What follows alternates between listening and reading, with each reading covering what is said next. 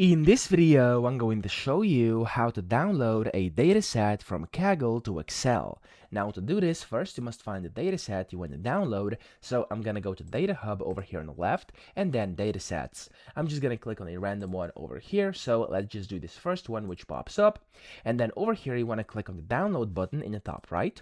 And you can see there's a download dataset as zip option. So to actually download to Excel, you want to click on that and it's going to download a zip folder which is going to look like this. Now I'm going to open my downloads folder, which is this one, and you can see here I have the downloaded file, okay? So what you want to do, because it's a zipped file, you want to click on it and then right click and you want to click on extract all. Then simply click on extract and it's going to automatically give you an extracted folder. Now you can double click it and in here you can see I have this dataset, which is a CSV file. So if I just double click it, it's going to open inside Excel just like this, okay? So I hope this video helped you out. If it did, please subscribe to the channel and help me out as well.